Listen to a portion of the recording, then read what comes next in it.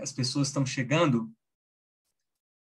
Vocês acabaram de receber aí uma autorização para gravação, né, do Zoom. Então, eu sugiro que vocês, todo mundo, coloque OK, continuar, porque a aula vai ser gravada, de fato, né? A gente tem a intenção de ter o vídeo desse curso, né, para disponibilizar também para as pessoas que não puderam estar aqui presentes nos próximos 2 dias. Então, a gente precisa aceitar essa gravação, do contrário, o Zoom não permite que vocês fiquem na sala, né? Vamos dar só 1 minutinho para ver o pessoal está chegando, e talvez seria legal se vocês toparem abrir as câmeras, quem se sentir à vontade para abrir as câmeras, né? A gente tem uma questão de que as câmeras podem ser abertas, né? Mas o áudio vai ser mantido desligado por uma questão de fluidez do curso, né? Pela quantidade de pessoas que estão na sala. Mas eu gostaria de encorajar, estimular que vocês usem o chat, o bate-papo, para se expressar, para fazer comentários, questões. Então, queria falar também, temos colegas hispanos, então gostaria de saudá-los também. Buenas noches a los colegas, las colegas de iberoamericanos que están aquí con nosotros hoy. Me gustaría saludarles en este momento, el inicio del curso, y que puedan también utilizar el chat, el bate-papo, para nos comunicarmos. Seria muito bom, nesse momento, que vocês talvez dissessem de onde são, a instituição de onde estão falando, para a gente ter uma ideia, uma representação aí de quem está nos acompanhando, quem está compondo aí esse curso, né? Temos aí muitas pessoas, a Carla, do Rio Grande do Sul, muito bom, Carla, ver você aí, Yuri de Viçosa, Salvador, Curitiba, Federal do Paraná, Rio Grande do Norte, Brasília, da UFO, CEUB, São Paulo, enfim, que alegria, gente. México, Bahia, Curitiba, Pará, temos aí uma boa representatividade do Brasil e uma representatividade ibero-americana também importante, né? Fico muito feliz com isso. Legal que o pessoal também está abrindo as câmeras, algumas pessoas, a gente pode se ver. Isso é ótimo. Vou compartilhar com vocês a câmera somente para a minha tela, algumas informações iniciais. Esse então, o nosso curso, né? Introdução à Teoria da Subjetividade de González Rey. Eu gostaria de dizer que, embora o curso vá ser em português, eu vou falar em português, né? A gente fez o esforço de traduzir os slides para o espanhol, então, nos momentos em que eu estiver utilizando o slide, eu vou disponibilizar todas as informações ou os tópicos dos temas, citações em espanhol, de modo que facilita a compreensão e a comunicação por parte dos nossos colegas ibero-americanos, né? Vou tentar também falar um pouco mais devagar do que é o meu hábito, né?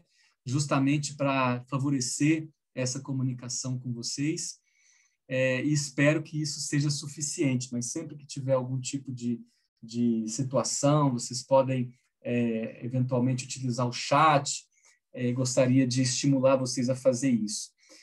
Eu queria também, antes de começar, apresentar, a gente vai ter aqui uma monitoria muito importante no curso, que é do Bruno Kobuchi, que é também assistente técnico, parte da comissão organizadora do simpósio, né?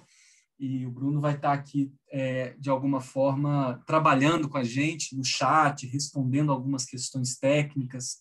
Ele vai ajudar na organização dos comentários, questões que eu pretendo abordar na segunda parte do nosso encontro, né? E queria agradecer também, antes de começar, ao Senat, né, que tem nos apoiado aí nesse conjunto de atividades de divulgação, atividades preparatórias do terceiro Simpósio Nacional e primeiro Simpósio Ibero-Americano de Epistemologia Qualitativa e Teoria da Subjetividade. O trabalho que vocês têm feito tem sido muito importante para todos nós, né? Bom, questões diversas podem surgir, né? Vocês podem ir colocando no chat, Bruno vai respondendo algumas questões de ordem técnica, eventuais questões da plataforma e tudo mais, e a gente pode ir começando aqui a nossa conversa. Já estou dizendo, né, para vocês que o curso de introdução à teoria da subjetividade de González Rey, ele está localizado, circunscrito no âmbito do escopo de atividades que a gente tem pensado para o terceiro Simpósio Nacional e primeiro Simpósio Ibero-Americano de Epistemologia Qualitativa e Teoria da Subjetividade, o SECTS 2021. Né? Então, gostaria de convidar todos a entrar, conhecer o website do simpósio, né, onde vocês vão encontrar mais sobre a programação, sobre enfim, as atividades, palestrantes, as possibilidades de participação. É um evento online que vai acontecer nos dias 22, 23, 29 e 30 de outubro. Né?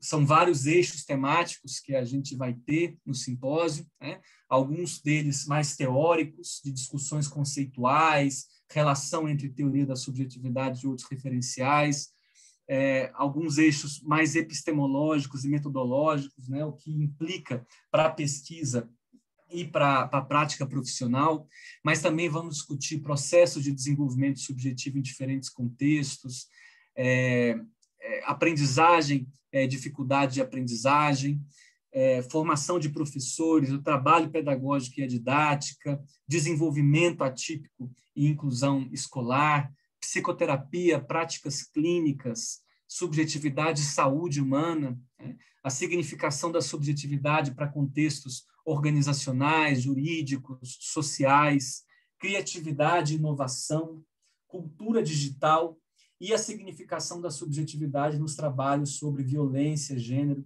raça e exclusão social. Então, um simpósio com amplo espectro de temas que a gente espera que ou vocês, muitos que estão aqui já estão inscritos, né, no simpósio, e quem não estiver, fica aí o nosso convite. Gostaria também de mencionar, fazer referência e convidar vocês a conhecer o website www.fernandogonzalesrey.com, né, onde vocês podem encontrar artigos, livros, capítulos de livro, um pouco da história, biografia, trajetória acadêmica, mais um conjunto de palestras, participações, produções atuais do Grupo da Subjetividade, fundado pelo professor Fernando González Rey, né? Inclusive toda a bibliografia básica, todos os materiais básicos que vão ser utilizados no curso, eles estão disponíveis aí no site. Então, fica aí também um convite enfático para que vocês possam conhecê-lo, né? Quando desejarem, quando puderem, um rico acervo aí da teoria da subjetividade, também da epistemologia qualitativa e da metodologia construtivo-interpretativa, né? Eu queria mencionar também o esforço, né, que o esforço de construção do simpósio e também desse curso passa também pelo trabalho, pela organização e pela continuidade do grupo de estudos e investigação subjetividade, teoria, epistemologia e metodologia, né? Então, esse grupo é um grupo composto por diferentes universidades, teve como fundadores o professor Fernando González Rey e a professora Albertina Mitrans Martins. Eu sou atualmente coordenador desse grupo, né? E esse grupo, então, ele tem dado continuidade tanto ao aprofundamento nos estudos, né, sobre esse referencial, como também tem mantido ativas linhas de investigação, linhas de pesquisa que são muito importantes para seguir, que esse legado siga vivo, né? Que seja uma teoria que permanentemente se confronte com novas questões, novos temas, assim como as questões sobre a subjetividade individual, social, vão se transformando ao longo do tempo, né? Então, algumas linhas de investigação que a gente tem conduzido: subjetividade e processos de ensino-aprendizagem, a significação da subjetividade no desenvolvimento humano, processos subjetivos na saúde humana, né? Então, esses são alguns livros recentemente publicados no âmbito do grupo, né, que tem participações diversas aí de seus colaboradores, né? Então, fica aí também um convite para que vocês conheçam essas produções. Antes de falar mais detalhes, né, de entrar um pouco na nossa discussão, eu queria enfatizar alguns aspectos centrais do nosso plano de curso, né? Nós enviamos o plano de curso junto a uma mensagem de boas-vindas para todas as pessoas que estão inscritas no curso, né? Recebemos o retorno de que muitas receberam. Provavelmente as pessoas que não receberam, eu convido vocês a checarem a caixa de spam ou a caixa de promoções, né? E a gente vai manter essa comunicação ao longo do curso, né? Então, queria compartilhar com vocês algumas informações básicas, né, que já estão aí, que foram socializadas. A primeira questão é que esse curso ele tem como objetivo favorecer a compreensão introdutória da teoria da subjetividade de González Rey, né? Então, alguns temas que a gente vai dialogar, que a gente vai abordar: a gênese e desenvolvimento da obra de Fernando González Rey, o primeiro e o segundo momentos da sua obra, a dimensão subjetiva dos processos humanos e sua significação para a psicologia, teoria da subjetividade e seus conceitos centrais, desdobramentos da teoria da subjetividade para os campos da educação e da saúde, né? Então, como vai funcionar o curso? Ele contará com 4 encontros ao vivo, né? São quatro quintas-feiras seguidas, às 19 horas, né? E a gente tem também um conjunto de textos e vídeos que foram aí cuidadosamente selecionados para estudo e aprofundamento. Então, esse é um curso que compreende 30 horas de trabalho, sendo que a gente vai ter aproximadamente 8 horas de encontro online ao vivo, né? As nossas sessões ao vivo vão ter aproximadamente 2 horas, talvez um pouco menos, um pouquinho mais, mas esse é o nosso parâmetro. E a gente está dedicando 22 horas de trabalho individual e preparação para os encontros online ao vivo, que são as leituras, que são os vídeos, né? Friso também que haverá certificação para todos e todas que participem no mínimo de 2 encontros ao vivo, né? Então, isso é importante. Tá aí a nossa organização, né, em termos de cronograma. Hoje a gente tem um encontro introdutório. Eu quero falar um pouco sobre alguns aspectos biográficos do professor Fernando González Rey, um pouco da trajetória acadêmica dele, introduzir a teoria da subjetividade como um referencial crítico, né? E na semana que vem a gente se aprofunda na teoria da subjetividade e seus conceitos centrais. No dia 2 de setembro, na Constituição e o desenvolvimento da subjetividade. E no último encontro, no dia 9 de setembro, desdobramentos da teoria da subjetividade para os campos da educação e da saúde, momento no qual a gente faz também o encerramento. Então, para cada um dos temas tratados, são indicados materiais básicos para estudo e reflexão, né? Já disse, todos esses materiais estão no site do professor Fernando González Rey, ou no seu canal do YouTube, mas todos vocês podem acessar ali do site. Mas tem aqui no plano de ensino, que foi compartilhado com vocês, o link para cada um desses materiais, para facilitar, né? E também, para cada um dos temas tratados, foram propostas questões norteadoras, né, com o objetivo de orientar o estudo dos materiais básicos, de favorecer a reflexão sobre o tema. E, além dos materiais básicos sugeridos para cada tema, é também sugerido um conjunto de materiais complementares que abordam e aprofundam os diferentes temas tratados no curso. E, ao final, uma lista de livros para leitura e aprofundamento. Então, fica, por um lado, como referências as básicas, para a gente acompanhar durante o curso, durante o fluir do curso, mas fica também um conjunto de materiais complementares e leituras sugeridas, né? E para facilitar a adesão à sequência do curso por parte de quem teve algum contratempo hoje, alguma dificuldade de conexão, né, que a gente sabe que nesse momento isso acontece, né, a gente tem nossos colegas de Cuba, né, que às vezes têm a dificuldade da conexão e conseguem somente assistir o vídeo depois. Então, cada encontro nosso será gravado, esse encontro está sendo gravado, e no dia seguinte, por meio de um link, a gente vai enviar o vídeo que vai ser disponível no YouTube. Então, vocês podem assistir o vídeo de novo, né? O vídeo ficará disponível por 48 horas, aproximadamente. Então, até o final do domingo de cada semana, vocês têm a oportunidade de assistir ou a aula de novo, o encontro de novo, ou vocês podem, caso tenham necessidade de faltar em algum encontro, assistir nesses 2 dias subsequentes ao encontro ao vivo, né? Isso a gente faz com cuidado para tentar que o máximo de pessoas possíveis possam, de fato, acompanhar a sequência das atividades. Não vou entrar em detalhes sobre cada dia, vocês podem checar isso aqui no plano de curso, né, os temas desenvolvidos, materiais básicos, questões norteadoras. Para cada um dos encontros tem sugestões aqui nesse sentido, certo? Os materiais complementares aí, todos com links, né, que vão levar ou diretamente ao artigo, capítulo, ou para o site, né, onde vocês podem encontrar o livro, quando é o caso do livro, né, nos livros sugeridos para leitura, para aprofundamento, certo?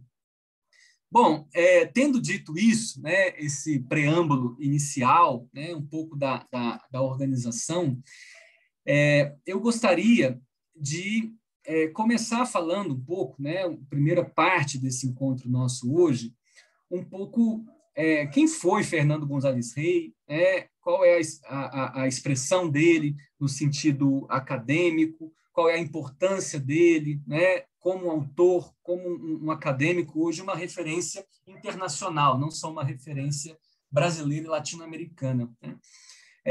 Fernando Gonzalez Rey foi um psicólogo, acadêmico e educador cubano, e o legado intelectual dele oferece como principal contribuição uma nova, complexa e influente compreensão da subjetividade a partir de uma perspectiva cultural histórica.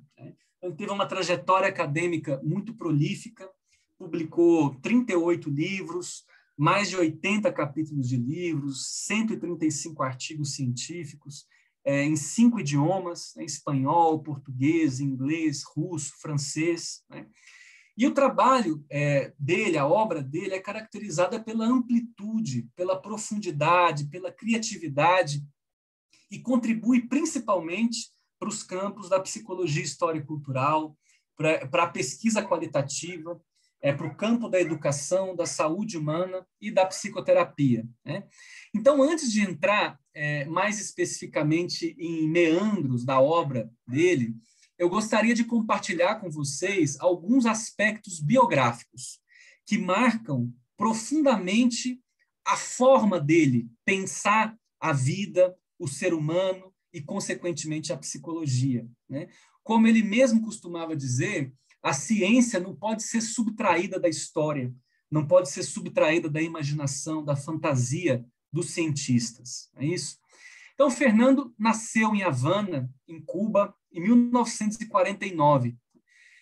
O interessante é que a vida dele foi habitada por diferentes mundos que raramente se articulam numa trajetória, né? Então, em termos de família, em termos familiares, a família dele era proveniente de uma classe média baixa, veio de imigrantes espanhóis, tanto por parte de pai, a parte do pai, os ascendentes paternos vieram da região da Astúrias, e a parte da mãe veio da região da Galícia, né? As duas famílias de imigrantes espanhóis, né? E a infância do Fernando se deu numa casa alugada no bairro do Cerro, em Havana, onde ele vivia com os pais, com os avós paternos, com 2 tias que eram irmãs do seu pai, né? E eu falo isso porque a forma do Fernando ser, de se posicionar pelos espaços que ele transitou depois, é muito marcada pela vida familiar intensa que ele teve, né?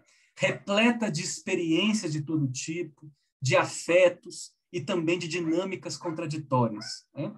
É interessante porque o Fernando frequentemente criticava a concepção de família da Arlene Anderson, uma teórica, psicóloga, trabalha muito em terapia sistêmica, na construcionismo social, e uma concepção de família, ela situa a família como sendo uma conversação contextualmente situada.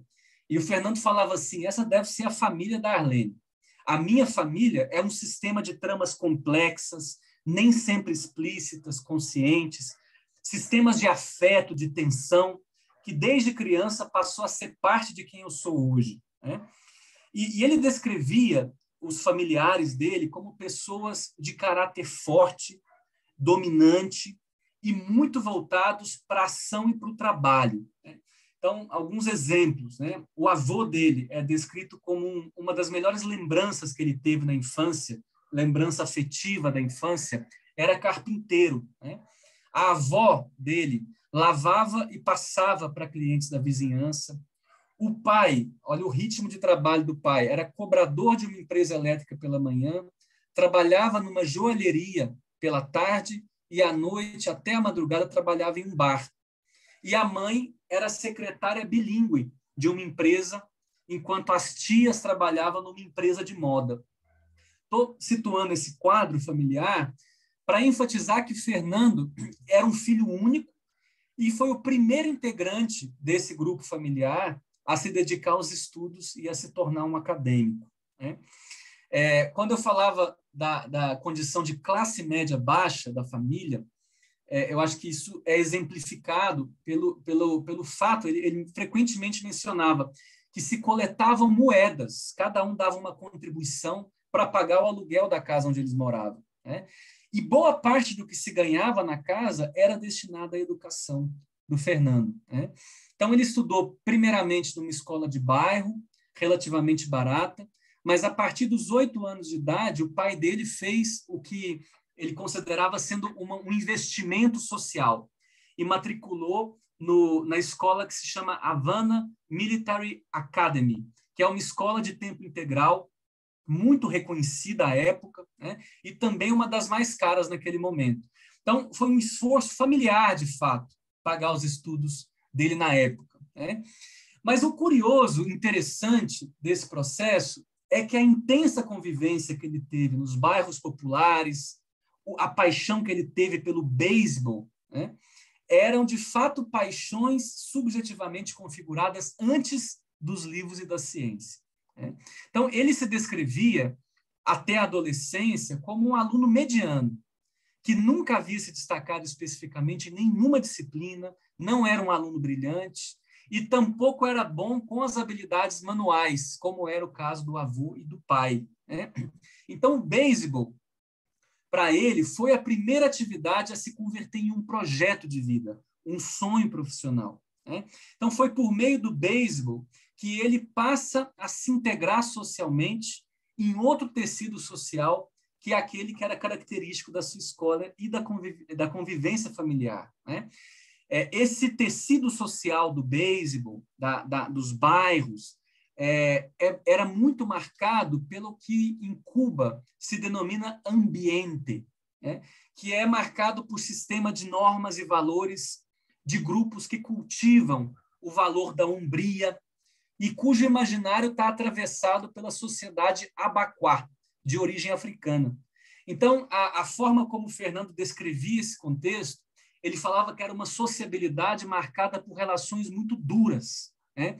Com confrontações permanentes, mas que também se cultivavam valores históricos, né? Como o respeito aos mais velhos, a capacidade de luta frente aos desafios, a lealdade ao grupo por cima de vantagens individualistas. E esses, de fato, são valores muito marcantes para o Fernando até o final da vida dele, né? Que ele vem a falecer em 2019, né? Integrar esse contexto, fazer-se reconhecido e se tornar um agente desse espaço, unido aí à relativa autonomia relacional e financeira que ele passou a ter nesse contexto, No beisebol, naquele momento, se apostava um pouco. Ele começou também a ter uma relativa autonomia financeira, porque ele passou a vender limões no mercado central de Cuba, ele colhia limões na região e vendia no mercado.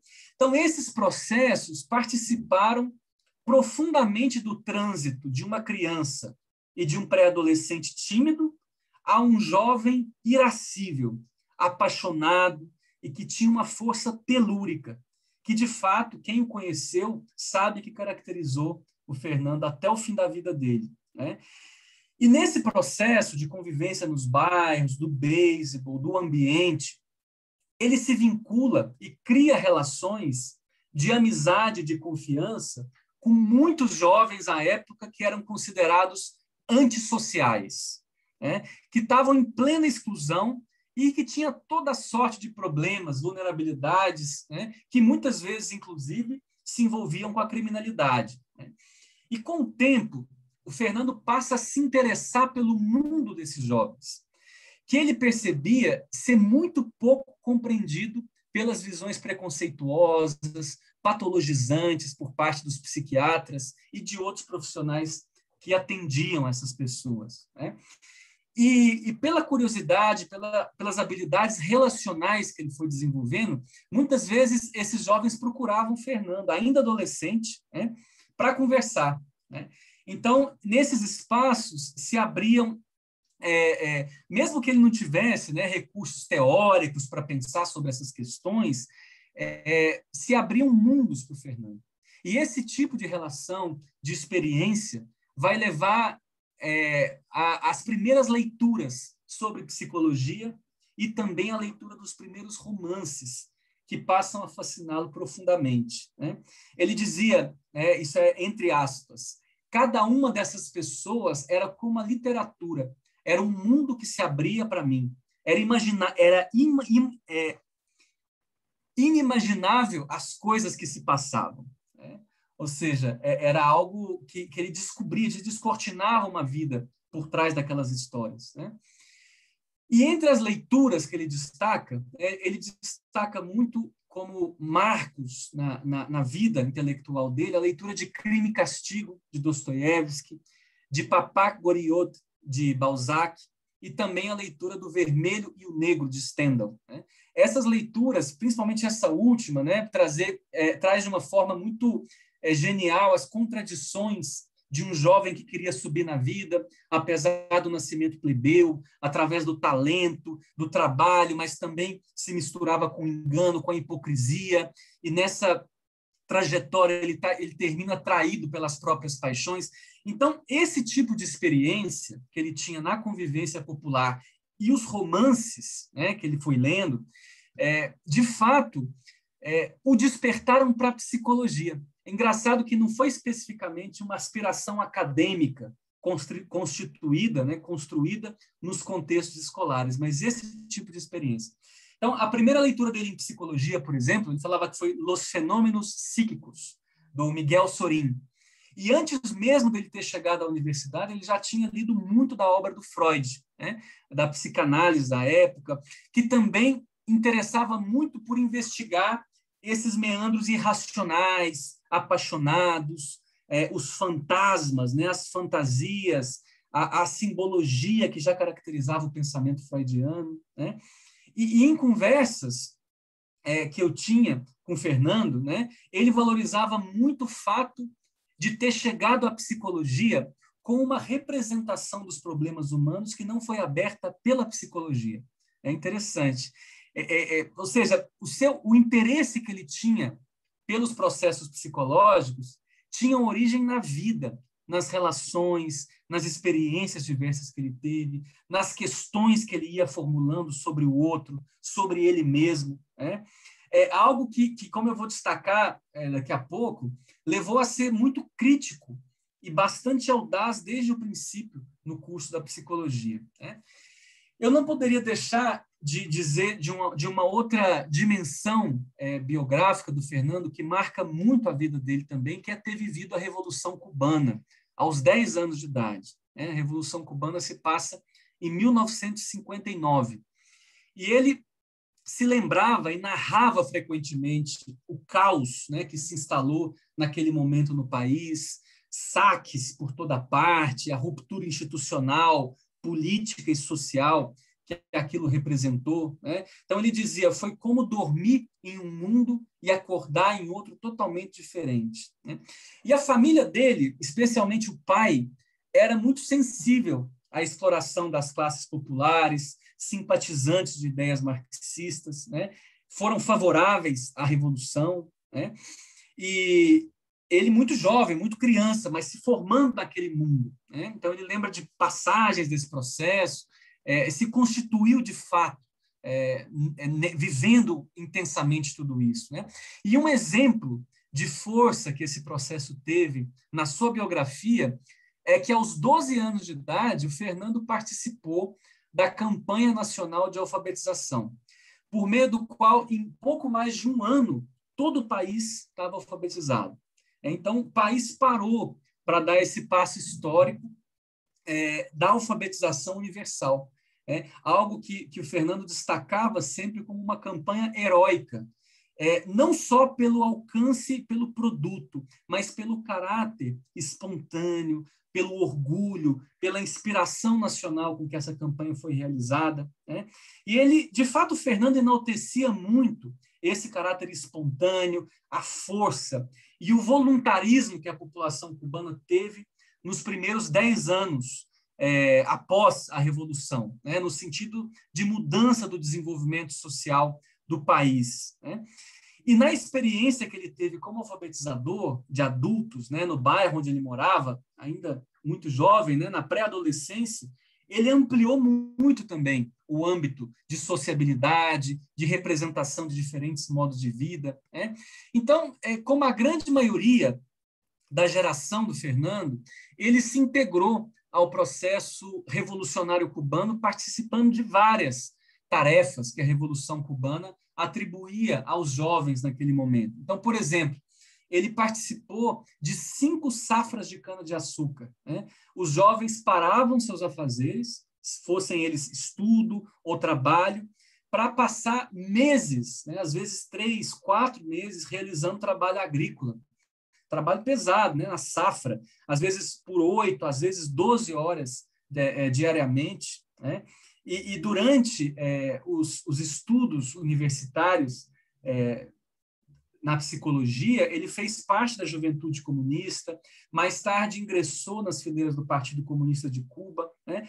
Mas durante a militância do Fernando nessas organizações políticas, e isso é muito importante, ele sempre se caracterizou pela reflexão, por uma ação crítica e muito frontal com relação àquilo que ele considerava que eram aspectos burocráticos, dogmáticos, né, dentro do próprio partido, né? Então, ele manteve esse posicionamento enquanto professor universitário, né, mesmo quando teve cargos de gestão. O Fernando foi decano da Faculdade de Psicologia da Universidade de Havana, foi vice-reitor da Universidade de Havana, né? E muitas vezes esse posicionamento que ele assumiu causou atritos, né, com os mais elevados níveis de gestão institucional. E nos anos seguintes, né, a esse processo, a perspectiva crítica que ele teve se aguçou em relação à ortodoxia, ao dogmatismo, do que ele considerava, né, como sendo, muitas vezes, as políticas e as decisões institucionais e partidárias, né? Falando agora um pouco do Fernando, estudante de psicologia, né? Então, ele estuda o curso de psicologia de 68 a 73, né?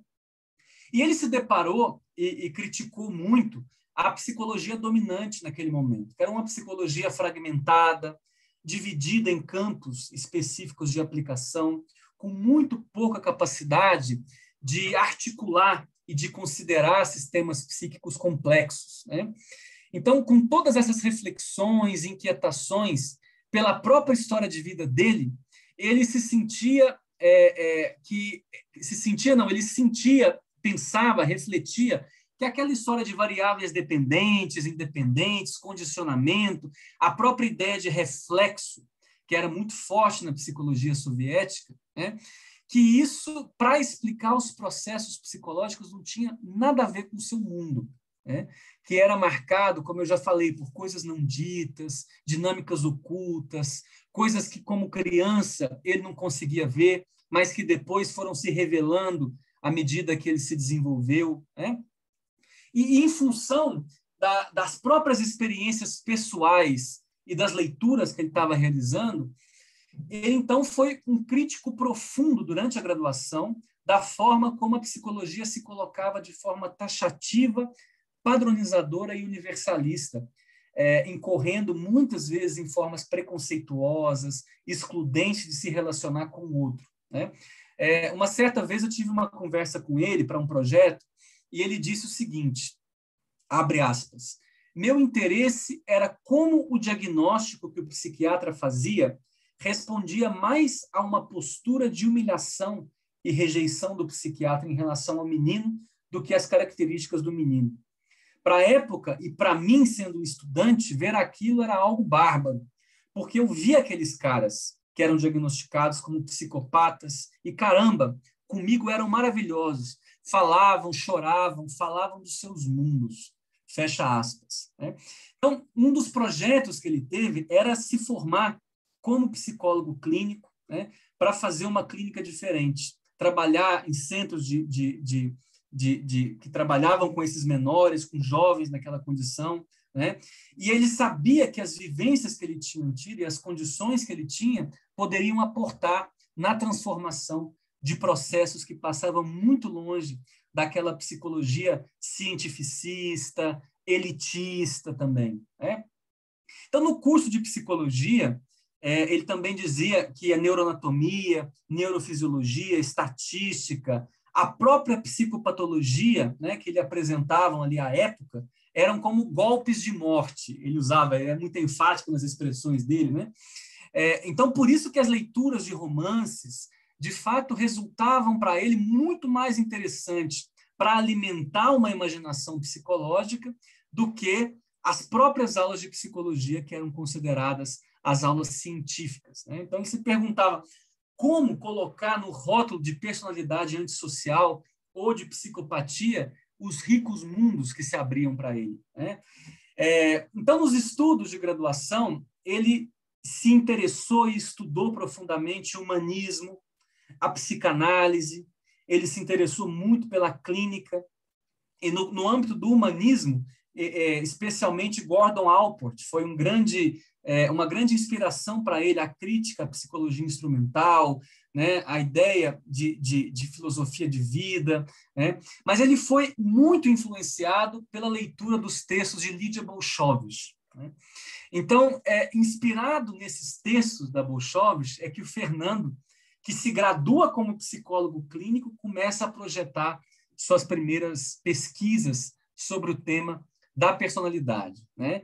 Então, queria abrir um pouco com essas reflexões para vocês, trazendo um pouco dessa riqueza. E agora eu quero compartilhar alguns slides, algumas ideias, né? Minha intenção, gente, é falar desse processo aqui, daqui para frente, no máximo 1 hora, quero tentar até que seja menos, para que a gente se dedique pelo menos meia hora aí do nosso encontro à conversa, né? Que vocês podem trazer questões, comentários aqui no chat, né? E depois o Bruno compila e eu quero abordar alguns dos temas trazidos, né? Então, trazendo aqui para vocês a continuidade disso que eu falava, se a gente pudesse fazer uma representação da obra do professor Fernando González Rey, e nisso, essa é uma elaboração da professora Albertina Mitrans Martins, que foi sua companheira de vida e de obra também, autora, coautora de Fernando em muitas ocasiões, de fato, uma pessoa que trabalhou junto com o Fernando durante muitas décadas, né? Ela divide a obra do Fernando em 2 momentos. O primeiro, o momento da personalidade, né, sendo de 73, quando ele se gradua, até 97, né, e depois o momento da teoria da subjetividade da epistemologia qualitativa, que representa dos últimos 22 anos da obra dele, né, de 97 até 2019. Né? Eu não vou me aprofundar tanto nesses detalhes, mas mais detalhes sobre essas questões vão ser trabalhadas na conferência inaugural da própria professora Albertina Mitrans Martins, no simpósio, né?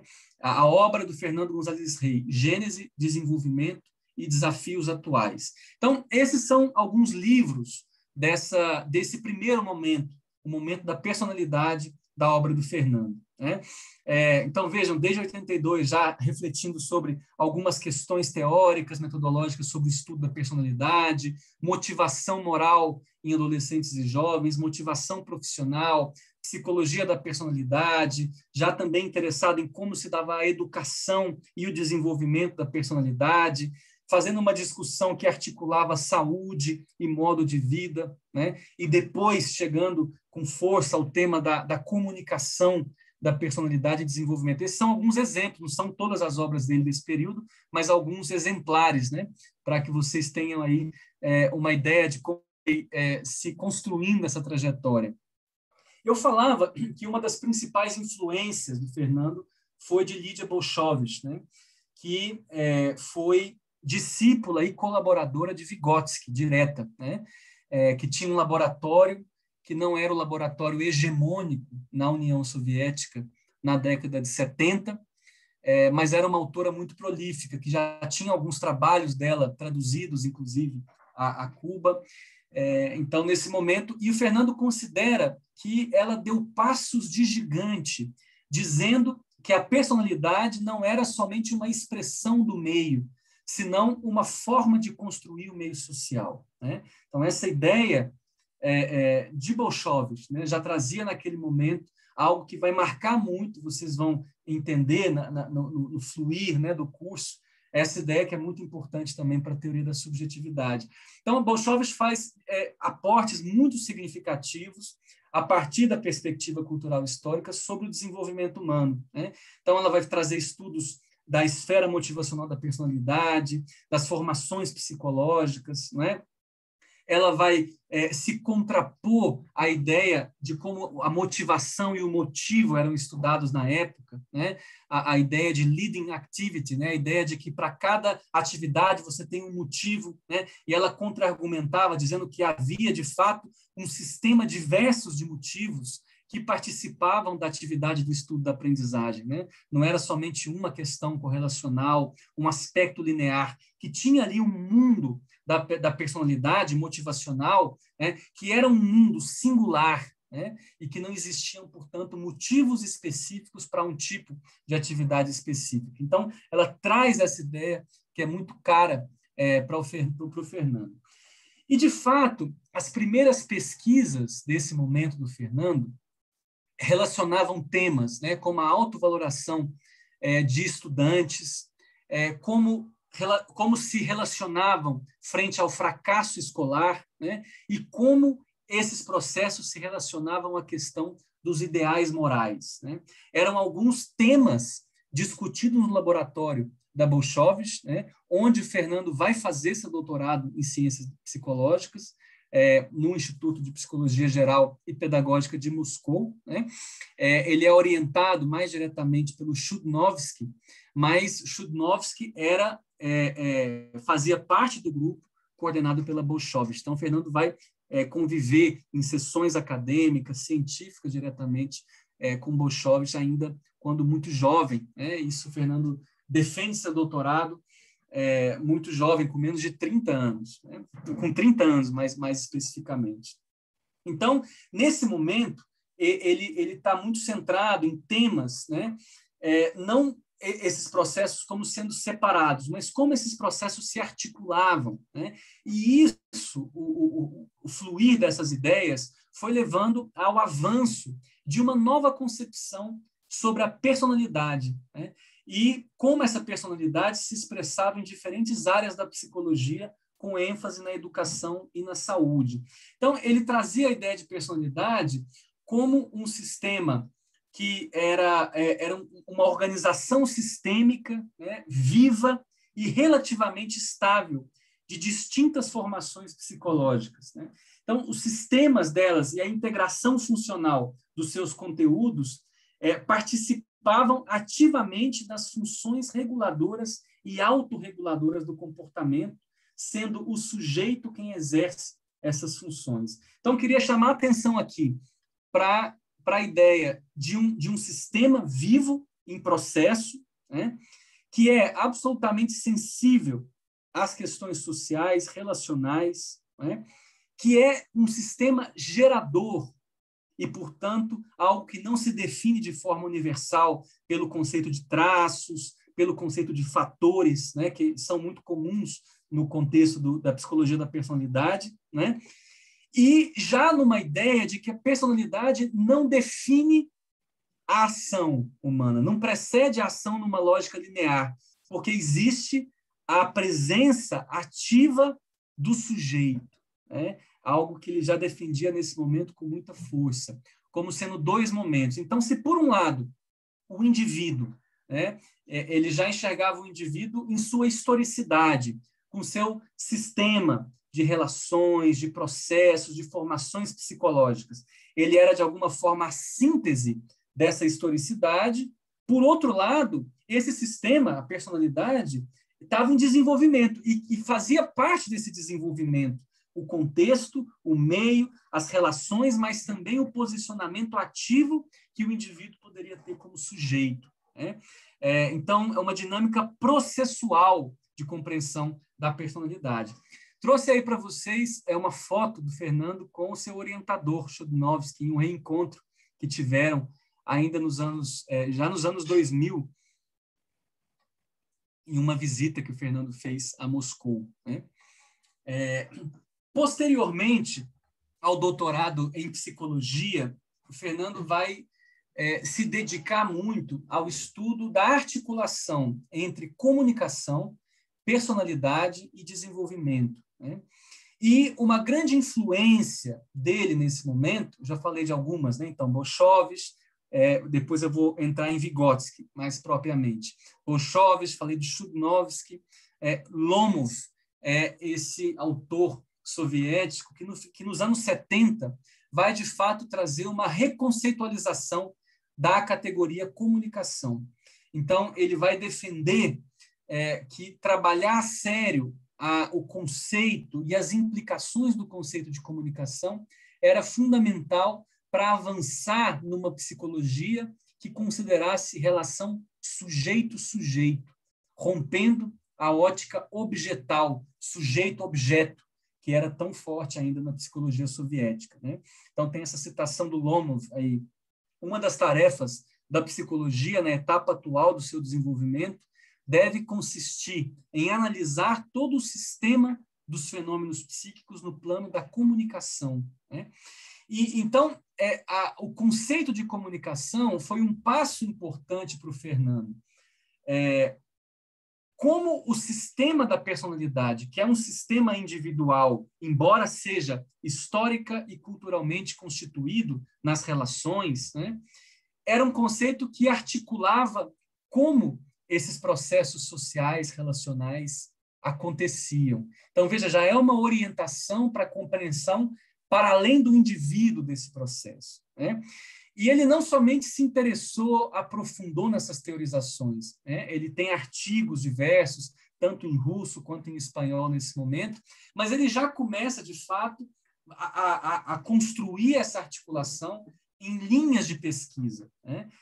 A linha de pesquisa dele sobre psicologia no campo da saúde, por exemplo, com pacientes de câncer, infarto do miocárdio, hipertensão arterial, como se davam esses processos comunicacionais da personalidade, como havia uma limitação na compreensão do modelo biomédico naquele momento, né? E como a psicologia era escanteada ou considerada de uma forma muito linear nessas questões, ao mesmo tempo que ele avançava em estudos no campo da educação, né?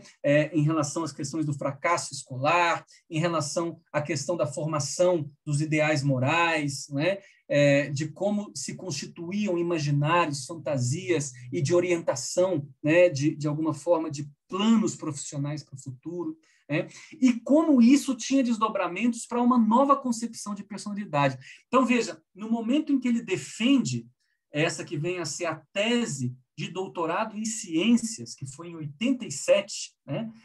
A primeira foi em 79, de doutorado em psicologia. A tese dele como doutor em ciências já traz um projeto, um programa de pesquisa, né? E foi orientada pelo Lomov, né, na União Soviética, mas dessa vez no Instituto de Psicologia da Academia de Ciências da União Soviética. Então, ele já defende essa linha de pesquisa. E quando ele nesse processo, né, o interesse dele pela comunicação, trouxe aí uma foto do Fernando, para quem não conhece, ele é essa pessoa com o bigode, marcante bigode do Fernando aí, estava num jantar na casa do Lomov, que está aí na cabeceira, né? E esse grupo, né, aí nos anos 80, no final dos anos 80, estava já propondo, né, na linha de um teórico pouco conhecido no Ocidente, mas muito importante na psicologia soviética, que é Rubinstein, né? Já na linha do Rubinstein, como desdobramentos do trabalho dele, desenvolvendo um núcleo forte de psicologia social no contexto soviético, né? Algo que, curiosamente, não era o forte dessa psicologia, né? Então, ao trabalhar nesse instituto, González Reis se deu conta de que seria impossível sustentar uma psicologia histórico-cultural centrada em conceitos individuais, assim como a importância de encontrar formas capazes de avançar numa definição teórica da psique humana que não se limitasse aos indivíduos, né? Então, todas as inquietações desse processo do Fernando. Quando esse processo, né, de intercâmbio, da defesa da tese dele em doutorado em ciências, diga-se de passagem, foi o único latino-americano até hoje a defender esse grau, né, de doutor em ciências na União Soviética. Ele volta para Cuba com muita força, né, com muitas ideias, já com um intercâmbio muito rico com a psicologia social latino-americana, e ele participa muito ativamente do movimento da psicologia social crítica latino-americana, principalmente a partir de meados dos anos 80. Né? Até trouxe aí uma foto representativa desse momento com o Inácio Martim Baró, que eles desenvolveram uma relação muito próxima, né? Apresentaram juntos, se citam mutuamente, inclusive, né? Tinham muitas afinidades, apesar de algumas distâncias também, mas se entrosaram muito bem no plano pessoal e acadêmico também, né?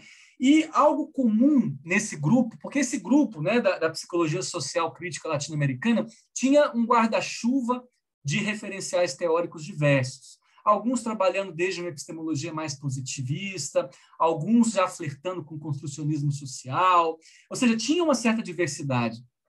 Mas existiam alguns pontos comuns. Que pontos eram esses? A discordância da psicologia dominante, né? Essa psicologia individualista, fragmentada, né? Uma psicologia que tinha um componente de compromisso político-social forte, né? Então, todos os autores, né, desse momento eram pessoas que tinham aí um compromisso progressista da psicologia, né? Aí eu falei do Inácio Martim Baró, mas José Miguel Salazar, da Venezuela, Maritza Monteiro, da Venezuela, a gente tem uma representante brasileira nesse movimento, que foi a Silvia Lane, né? O Silvia Lane, entre outras várias pessoas, né, que participaram, Bernardo Jiménez, né? Então, esse grupo trabalhava com a ideia da crítica como uma permanente reflexão sobre o que se está fazendo, e eles também convergiam na crítica à importação de teorias reificadas, né, valorizando a construção de modelos teóricos próprios, que é algo que nunca caracterizou historicamente a psicologia latino-americana. É muito mais frequente a importação de referências, notadamente europeias, norte-americanas, né?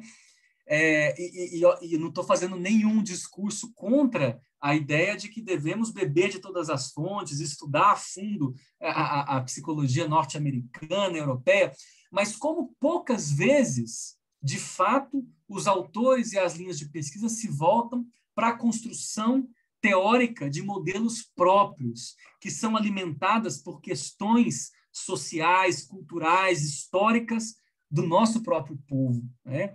E esse grupo, e o Fernando já era muito sensível a essa questão, né? Ou seja, instrumentos, metodologias, conceitos que muitas vezes se tem sensibilidade, enfim, no mundo judaico-austríaco ou na Suíça, dão conta de certos processos humanos, né? Agora, desde o nosso lugar, podemos gerar formas de inteligibilidade sobre a psicologia que tenham a ver também com as nossas questões, né? E podemos contribuir também com o debate global. Não é só fazer uma psicologia latino-americana hermética aqui, não, mas entrar no diálogo com eles. Isso é um valor e algo muito importante na trajetória do Fernando, né?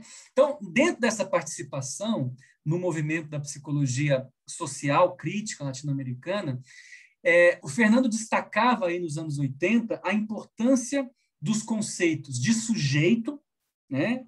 Primeiramente, esse sujeito que, por um lado, é criador, é um sujeito gerador numa psicologia social onde o sujeito muitas vezes havia desaparecido, né? Essa ideia da sociologização dos processos, de explicar tudo o que acontece pela lógica das estruturas, das classes sociais, ou de questões outras que não tenham a ver também com a sensibilidade do lugar ativo do indivíduo como sujeito, né? E esse grupo também, por outro lado, contribuiu muito com a fertilização das ideias do Fernando, com os debates constantes que eles tinham, né? E o Fernando elabora o conceito de subjetividade social, né? Antes mesmo de ter elaborado mais propriamente a teoria da subjetividade, né? Então, já no início dos anos 90, ele já traz com força esse conceito de subjetividade social em articulação com a personalidade, já trazendo uma reflexão importante para a psicologia social, né? E esse conceito de subjetividade social representou uma busca teórica, de fato, para abrir um novo caminho no estudo da personalidade, que permitisse estudar as complexas e múltiplas formas através das quais a personalidade emerge como inseparável da realidade social. Então, veja, nesse momento, ele vai desenvolvendo conceitualmente, pela comunicação, pela subjetividade social, como a personalidade emerge como inseparável da realidade social. Ainda ele não tem uma definição ontológica, ou seja, uma definição de qual é a especificidade qualitativa desse fenômeno, como ele vem a definir depois com a subjetividade. Mas esse já é um processo em trânsito, né, em mudança. E como reconhecimento da contribuição significativa que ele teve nesse momento, né, em 1991, ele recebe o Prêmio Interamericano de Psicologia, da Sociedade Interamericana de Psicologia, e aí está uma foto de quando ele recebeu esse prêmio das mãos de José Miguel Salazar, que foi no Interamericano de Caracas. Então, só algumas questões históricas que são também bem importantes para situar a obra dele. Esse momento, ele estava em Cuba, né, até 1991, morava em Cuba, mas já tinha um trânsito internacional importante, né? Já era convidado para conferências em diversos locais, né, da América Latina, fora da América Latina também, né, Estados Unidos, Europa. Já tinha, de alguma forma, um início da internacionalização, principalmente na América Latina, né? De 95 a 99, eles fazem um período como professores visitantes da Universidade de Brasília, a professora Bertina Mitrans Martins e Fernando Gonzalez Rey. Então, ficam nesse período como professores visitantes.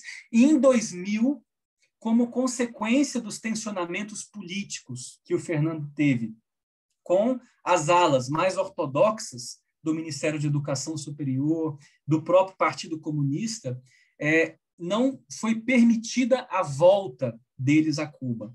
né? Então, isso marca um novo momento na vida e na obra do Fernando, onde ele e a professora Albertina se radicam no Brasil, né? Estavam temporariamente no Brasil, mas se radicam no Brasil e passam a trabalhar em múltiplas instituições, né? Onde ambos, de fato, emergem como líderes e colaboradores de diferentes grupos de pesquisa, né? E, nesse processo, é importante ressaltar que, desde 2000, Fernando entra como professor do Centro Universitário de Brasília, que vai ser a instituição que ele escolhe como sendo a principal local de trabalho dele, né? Onde ele trabalha na graduação, trabalha, inclusive, na construção do mestrado em psicologia, e vai trabalhar no MCUB até o final da sua vida, né? Mas trabalhou em outras dezenas de universidades no Brasil, entre elas a Universidade de Brasília, e outras tantas que eu não vou citar aqui agora, né? O que é importante aqui também é a atividade internacional dele nesse período, né, no Brasil, que já era bastante consolidada na América Latina, se amplia cada vez mais a outros continentes, como Europa e Oceania, né? E ele passa a ter um intercâmbio cada vez maior, e passa, por exemplo, a produzir mais em inglês, né? E isso vai ter, de fato, uma intensificação, principalmente nos últimos 10 anos da obra, da vida dele, né? Em 97, acontece aí o que Albertina Mitrans Martins trabalha como trânsito, né, do momento da personalidade para o momento da teoria da subjetividade e da epistemologia qualitativa, né? Um marco desse momento é o livro Epistemologia Qualitativa e Subjetividade, que foi lançado simultaneamente no Brasil e em Cuba, né? E ele faz esse trânsito do foco dele, que estava até então na personalidade como sistema psíquico, ele passa a ter o foco e uma definição mais específica, que nós já vamos mencionar, sobre o que é a subjetividade humana. E não só traz uma definição sobre a subjetividade humana. A subjetividade vai emergir a partir desse livro não só como um novo conceito, né, no enfoque histórico-cultural, mas como um sistema teórico com implicações epistemológicas e metodológicas, né? E isso marca algo muito importante que eu queria frisar, porque, de fato, subjetividade é um termo polissêmico, é usado por diferentes referenciais teóricos, por diferentes autores, não é uma invenção, obviamente, do professor Fernando Gonzalez Rey, mas uma teoria da subjetividade, um sistema de conceitos articulados que enfatiza a subjetividade como um tipo específico de funcionamento dos processos humanos.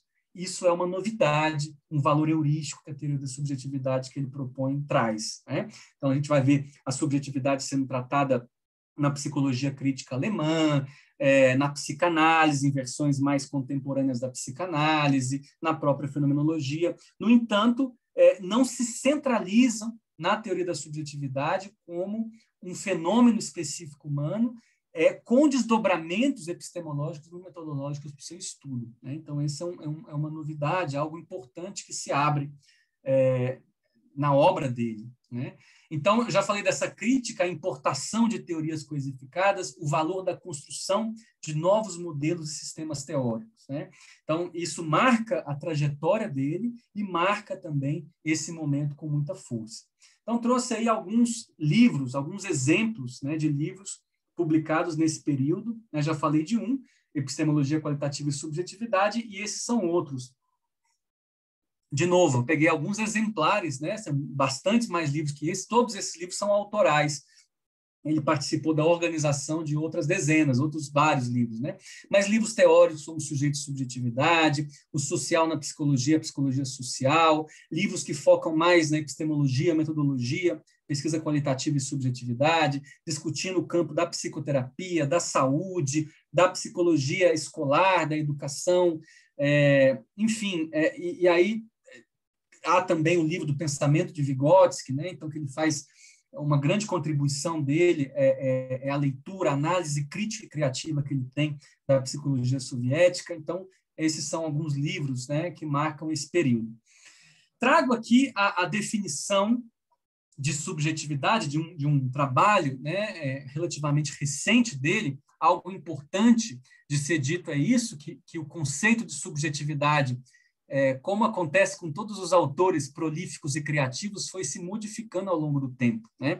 Então, não é dizer que no livro Epistemologia Qualitativa e Subjetividade já estava a teoria da subjetividade pronta, tal como temos hoje, né? Isso é absolutamente antagônico ao próprio posicionamento epistemológico dele.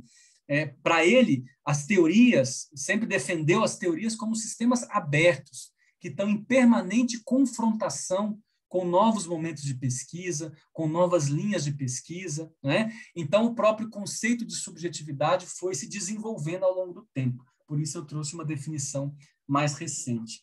Então, ele vai trazer a subjetividade como domínio ontológico, especifica um novo tipo de processo, ou seja, qualitativamente diferente de todos os processos envolvidos em sua gênese. Desse modo, a subjetividade é ontologicamente definida pela integração de emoções e processos simbólicos, formando novas unidades qualitativas, os sentidos subjetivos. Esses sentidos subjetivos são flashes simbólico-emocionais que se desenvolvem num movimento caótico, do qual emergem configurações subjetivas como uma organização autorreguladora e autogeradora de sentidos subjetivos. Para pessoas que não estão familiarizadas com a teoria da subjetividade, eu entendo que esse curso é aberto e introdutório, a gente vai ter a oportunidade de voltar a esses conceitos, de esmiuçar esses conceitos com mais tranquilidade. Mas uma coisa eu queria enfatizar com vocês aqui.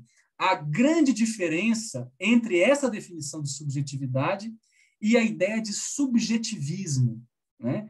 Que muitas vezes se tem um preconceito contra o conceito de subjetividade, porque a subjetividade ela é associada ao subjetivismo, e principalmente numa acepção cartesiana de mundo interno do indivíduo, e um indivíduo universal, que forma processos psíquicos independentes do contexto onde ele vive. A subjetividade é totalmente diferente disso, tal como definido por González Rey. Veja, é um novo tipo de processo que é definida por essa unidade entre processos simbólicos, que são construções da cultura, e processos emocionais. Essas unidades qualitativas geram um novo tipo de processo. Não é somente a junção de elementos simbólicos da cultura, como a linguagem, discurso, os mitos, as normas e as emoções. Não é uma junção. É que quando se forma uma unidade entre esses processos, se gera um novo tipo de fenômeno que diz respeito à experiência humana como ela é vivida, como ela é sentida. De uma forma bastante simples, esse processo que Fernando está tentando gerar inteligibilidade, compreender com esse conceito de subjetividade. Então, essa teoria da subjetividade, eu vou trazer alguns elementos dela nessa última parte da minha fala, para partir para a nossa conversa.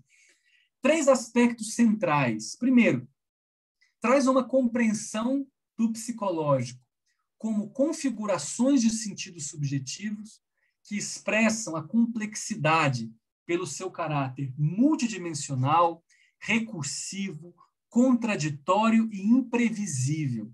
Então, veja como aqui não tem a ver com a ideia que se confunde também muitas vezes entre subjetividade e cogito. Não se trata do sujeito racional da modernidade. Aqui nós estamos falando de um tipo de processo que está além da previsibilidade, que está além do controle racional, que é recursivo, que é contraditório, que é multidimensional e que articula permanentemente o social e o individual. Então, a subjetividade é simultaneamente social e individual, tanto que há conceitos para explicar isso, a subjetividade individual e a subjetividade social. E são essas discussões todas, eu vou aprofundar mais nos próximos encontros. Então, estou trazendo algumas ideias gerais, mas é muito importante que vocês também se aprofundem nas leituras, nos vídeos, para essa compreensão ir se complexificando. Mas veja, quando falamos de um processo simbólico emocional, já estamos na unidade desse processo trabalhando com algo que é, por sua definição, simbólica e, portanto, tem a ver com a cultura, é sensível ao contexto, às relações, à linguagem, aos vários processos da cultura e às emoções, né? Então, já se trata de um processo que, mesmo no nível individual, já traz essa permanente articulação do indivíduo com o social, né? Algo também sumamente importante. O Fernando vem da psicologia, tem seu trânsito, formação na psicologia, e a teoria da subjetividade ela emerge dentro da psicologia. Mas ela tem desdobramentos para fora da psicologia, para os estudos na educação, para os estudos culturais, organizacionais, da saúde humana, né? E outros tantos campos, né? Onde se tem a subjetividade humana, que é praticamente onde nós transitamos como seres humanos, né, na cultura, os espaços laborais, os espaços familiares, comunitários, né? Portanto, a subjetividade é um eixo transversal dos processos humanos nas referências da cultura, né? Portanto, é passível de ser estudada, desenvolvida, refletida nos mais diversos campos onde o ser humano está presente, né? E isso não significa, em hipótese alguma, que a teoria da subjetividade esgote a complexidade da realidade. Não se trata disso. Nem a complexidade do humano, né? A gente tem processos subjetivos, mas tem outros vários processos que não são de ordem subjetiva, né? Os processos biológicos, neuromotores, enfim, vários outros processos psíquicos que não são subjetivos. Vamos falar um pouco mais disso. E, obviamente, também existem processos da realidade social que têm outras formas de registro.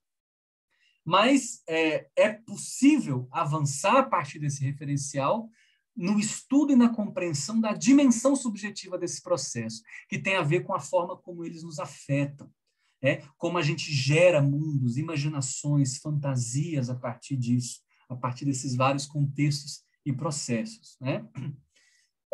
Então, em que sentido, né, que a teoria da subjetividade pode ser considerada como um referencial crítico, né, em diferentes formas? Primeiro, pela própria postura que o Fernando tem em relação aos antecedentes da psicologia cultural histórica, da psicologia soviética. Eu falei um pouco desses antecedentes. Mas ele teve, já vou falar disso, sempre uma leitura crítica, autoral e criativa desses autores, né? E sempre entendeu o legado desses autores como sendo legados inacabados, como ele entendia o próprio legado dele. Vocês são legados inacabados, passíveis de serem transformados, passíveis de serem desenvolvidos, né? E a própria forma como se dá a base marxista da psicologia histórica e cultural e também da teoria da subjetividade já expressa esse caráter crítico dessa proposta. Então, onde está a base marxista da teoria da subjetividade, né? De alguma forma, esse antecedente e essa base no pensamento de Marx. Primeiro, na necessidade de examinar qualquer processo humano dentro da rede social na qual se leva a cabo a vida humana. Ou seja, o fenômeno psíquico, psicológico, do funcionamento humano tem que ser entendido dentro dessa rede social. E aí está o pensamento de Marx como sendo um autor que trouxe isso com grande inovação, né?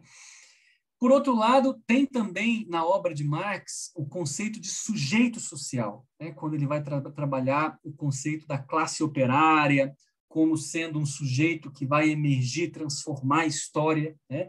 Isso é uma base também muito forte da teoria da subjetividade. E, muito notadamente, a dialética, como um processo contínuo de mudança em relações contraditórias, né? Então, Marx vai trazer pela primeira vez, talvez de forma sistemática, a ideia de que os fenômenos humanos não devem ser entendidos de forma separada, de forma isolada, mas em seu processo. E esse processo é contraditório, esse processo tem mudanças a todo momento, ele deve ser entendido nessa dimensão processual. algo que está também muito forte na obra do Vygotsky, por exemplo, e algo que está também na teoria da subjetividade, né? No entanto, Fernando foi muito crítico da apropriação marxista que muitas vezes se teve dentro da psicologia soviética. Ele falava, e fala isso em muitos trabalhos, o materialismo dialético se transformou cada vez mais em materialista e menos dialético, né? Ou seja, se configurou uma psicologia muito centrada na determinação social dos processos, na determinação material, econômica, né? Numa perspectiva também que perdia de vista essa dimensão contraditória de como o indivíduo se constitui nesse processo. Ele até citava muito esse trecho de Marx em Teses para Feuerbach, né? Que o Marx falava assim, mas a essência humana não é uma abstração inerente em cada indivíduo. Em sua realidade está o conjunto das relações sociais. Ou seja, o próprio Marx trabalhava que na realidade individual está o conjunto das relações sociais. A questão que o Fernando coloca é como essas relações sociais se configuram no nível do indivíduo também.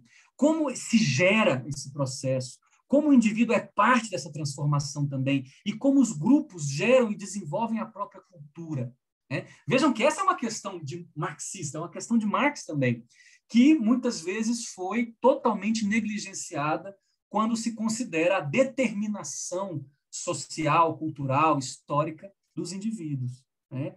Essa visão, que aí já era pela própria limitação do Marx em seu momento, no século XIX, a ideia teleológica da história, um certo processo reducionista na dimensão econômica. Marx era um homem de seu tempo, Fernando também tem esse diálogo ativo com ele, mas de alguma forma eu queria frisar como esse caráter marxista está presente também no pensamento do Fernando, mas a partir de uma crítica dos desdobramentos também dessa psicologia marxista, que estava muito centrada na ideia do reflexo, a psicologia como sendo reflexo das condições sociais, e isso ele não podia concordar, né?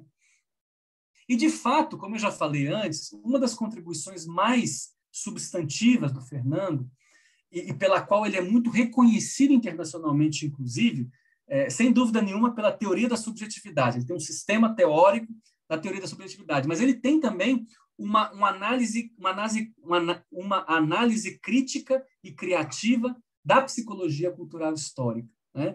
Que tem uma interpretação dos momentos da obra do Vygotsky. Então, ele tem uma elaboração autoral das contradições dentro da obra de Vygotsky, fazendo uma leitura dessa obra no seu contexto histórico, cultural, político e ideológico, que marca muito fortemente a psicologia soviética, pelas perseguições, pelo caráter ideológico do Estado, etc., né? Ele tem uma crítica profunda ao conceito dominante de atividade na psicologia soviética e como a teoria da atividade do Leontiev se transforma institucionalmente e ideologicamente como sendo a teoria marxista por excelência da psicologia, né? E ele tinha várias discordâncias que eu não vou me aprofundar aqui nesse momento com Leontiev, na concepção de psicologia dele. Fernando também é responsável por apresentar e discutir a contribuição de muitos autores que são menos conhecidos no Ocidente, o próprio Rubinstein, Bolshoi, que eu já falei, mas outros tantos, como Lomov, Ananiev, Miasishev. E ele traz como também um caráter crítico propositivo a dimensão de que é importante ler esses autores, entender a contribuição deles, entender o valor histórico que teve, sempre com olhos para o futuro, para avançar à frente as limitações históricas dessa psicologia, né? Dois conceitos de Vygotsky que passam a ser muito importantes na obra do Fernando, e ele conhecia Vygotsky desde os seus tempos de estudante de psicologia, mas principalmente um Vygotsky pela leitura norte-americana, que é o Vygotsky mais conhecido até hoje, do segundo momento da sua obra, no período mais instrumental, mais centrado na zona de desenvolvimento proximal, funções psíquicas superiores, a ideia de mediação, né? E, nesse momento dos anos 2000, também em diálogo com outros autores, historiadores dessa psicologia soviética, ele vai prestar atenção e trabalhar com muito afinco dois conceitos principalmente, né, da obra de Vygotsky. O conceito de Perishvani, de vivência, como unidade psicológica do desenvolvimento humano, né? E o Vygotsky define, que foi traduzido como vivência, viu? Por isso que eu estou trazendo o termo. Então, em alguns textos, vocês vão encontrar, tanto em português como em espanhol, o conceito de vivência, mas hoje em dia se tem usado o conceito no russo original, Perishvani. Então, a Perishvani é uma unidade na qual, por um lado, de modo indivisível, o meio, o que se vive está representado, e, por outro lado, está representado como eu vivencio isso. Ou seja, todas as particularidades da personalidade e todas as particularidades do meio se apresentam na vivência. Então, essa unidade, personalidade, meio, foi muito inspiradora para o Fernando. A própria ideia de unidade psicológica, que o Vygotsky se inspira muito na Gestalt, em Kurt Lewin, né, é muito cara para o pensamento do Fernando também. E o conceito de sentido, né, como o agregado de todos os fatores psicológicos que aparecem em nossa consciência como resultado da palavra. Vygotsky trabalha muito pouco esses conceitos, né, principalmente o conceito de sentido, no final da obra dele, né, no livro Pensamento e Linguagem, né, que foi traduzido como Pensamento e Linguagem, no último capítulo, Pensamento e Palavra, é um conceito que ele elaborou muito pouco. Vygotsky, como vocês devem saber, um autor que morreu muito jovem, com 37 anos, não teve muitas vezes tempo também para desenvolver muito desses conceitos, né? Mas qual é a questão? A leitura que González Rey tem do legado de Vygotsky é que o Vygotsky, com esses conceitos e com a própria ideia de unidade psicológica, ele tenta abrir uma nova representação da consciência como um sistema psicológico aberto, né? Então, o conceito de Perishvani, o conceito de sentido, de situação social do desenvolvimento, ele enxerga como sendo conceitos de transição na obra do Vygotsky, mas que, de fato, Vygotsky nunca chegou a integrar esses conceitos num novo sistema conceitual qualitativo. Por isso que ele vai dizer, o Vygotsky avança genialmente sobre eles, né? Mostram como a consciência está em processo e em relação, mas ele não define qualitativamente o sistema psicológico. Vygotsky define pouco. Ele não trabalha a ideia de subjetividade, mas a própria ideia de consciência, a própria ideia de personalidade que aparece na obra de Vygotsky não é definido e trabalhado em seus desdobramentos conceituais, né? Por isso ele vai falar de uma certa vaguidade ontológica, ou seja, não tem uma especificidade na obra de Vygotsky, e ele vai entender a teoria da subjetividade como uma via para avançar nesse legado, né? Mais detalhes sobre essa discussão também vão estar no simpósio, em mesas redondas, em curso de curta duração, né? Aqui eu estou fazendo uma pincelada geral, espero que eu esteja me fazendo entender nessa grande quantidade de conteúdo, mas eu acho que para introduzir o pensamento dele é muito importante, né? A teoria da subjetividade, por outro lado, é um referente crítico também na alternativa às tendências dominantes da psicologia, né? Por exemplo, ao behaviorismo, né? Ao foco no comportamento, né? O Fernando vai colocar em muitos textos, a questão não é julgar, analisar o comportamento ou a atividade do homem, do ser humano, mas entender seu mundo, né? Entender como esse comportamento, como essa atividade é parte de um processo complexo. Por outro lado, também é uma alternativa ao cognitivismo, à psicologia cognitiva, né? Que a diferença do cognitivo, a teoria da subjetividade vai se centrar na dimensão do simbólico em unidade com o emocional. E o simbólico, a diferença do cognitivo, é uma produção que expressa o caráter gerador da subjetividade e não apenas uma forma de conhecimento do existente. Ou seja, o cognitivo como reflexo ou como resultado do pensamento, do processamento de informação, né? E, por outro lado, também, eu já falei da inspiração que o Fernando teve na psicanálise, gostou muito da psicanálise por entrar em vários temas que são para eles muito caros, desde antes dele entrar em psicologia. Por outro lado, a análise crítica que ele faz em relação à psicanálise tem a ver com essa gênese universal das representações, né? Essa relação entre representação e pulsão, que está muito forte na obra do Freud e que também é levada pelos seus sucessores, não é? E a ideia da psique humana como sendo resultado de um conflito universal de forças presentes na própria estrutura psíquica, né? Então, que essa estrutura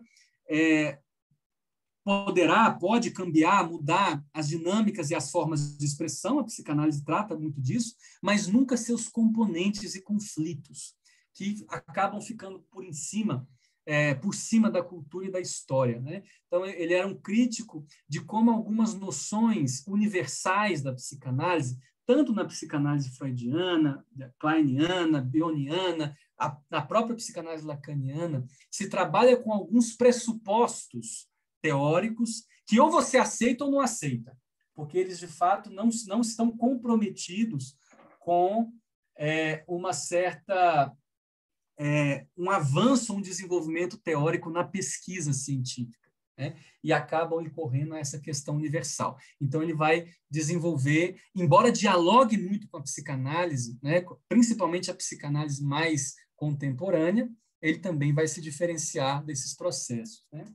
E, por último, também não vou entrar nesses processos, veja que eu estou pincelando vários temas aqui, mas a psicologia e as ciências sociais, a educação, passa a fazer um uso crescente da hermenêutica também, né? Onde se vai enfatizar discurso, a linguagem, a própria comunicação, a desconstrução, a ideia de construção social, realidades dialógicas, etc., né? Que vão vir com muita força e que vão ser, na própria leitura do González Rey, muito importantes na desnaturalização do mundo, no rompimento com o individualismo da psicologia, com vários processos que a psicologia, de fato, sustentou como problemas ao longo do tempo. No entanto, muitas vezes a ênfase nesses processos discursivos, da linguagem, etc., terminam obliterando, ou seja, negligenciando uma série de outros processos que não se esgotam na linguagem e no discurso, né? Então, um trecho aqui do González Rey, da Mitrans Martins. A hermenêutica enfatiza a interpretação dos textos fundamentada no princípio de que o texto se converte em objeto da hermenêutica, mas não se orienta ao estudo do indivíduo como autor do texto, né? Então, nesse sentido, se desconsiderou muito as emoções, as fantasias, a própria subjetividade como uma força geradora, e a psique humana e a própria subjetividade, quando aparece como conceito, terminam sendo trabalhadas como ecos, como epifenômenos, como consequências de lógicas mais abrangentes, né? Mas o diálogo do Fernando com várias teorias foi sendo crescente, né? Eu falei já de alguns deles, mas outros teóricos, outras escolas que foram muito importantes eu diria, na constituição do pensamento do Fernando, com o qual ele também contribuiu, né, nas oportunidades que teve. Por exemplo, a teoria das representações sociais, ele de alguma forma, vai se impactar muito pela noção de representação social, né? A noção da importância dos processos de construção social na psicologia. E ele tem um intercâmbio profícuo com Moscovici e com Denise Jodelet, principalmente. Ele passa um tempo em Paris, a convite dos dois, né? Tem intercâmbios diversos com a Denise Jodelet, que se torna uma amiga dele, inclusive, né? E depois tem a sua própria concepção de representações sociais como sendo um processo da subjetividade social, e aí, enfim, não vou entrar nesse âmbito agora, mas é um diálogo muito frutífero, crítico também, mas muito frutífero. Da mesma forma com a psicanálise contemporânea, estabelece um diálogo muito frutífero com Félix Guattari, Cornelius Castoriadis, Antoni Elliot, Ian Parker, Stephen Frost, assim por diante, né? com o próprio construcionismo social, do qual ele se diferencia desde o início, por essa excessiva ênfase na dimensão discursiva da construção, né? Mas vai ter um diálogo importante também com esses autores, e também com o paradigma da complexidade de Edgar Morin, né? É claro que outros vários, né? O Fernando era um ávido leitor, né? De várias referências, um leitor também da filosofia, então tinha uma cultura filosófica impressionante, outros campos também, da sociologia, antropologia, da educação.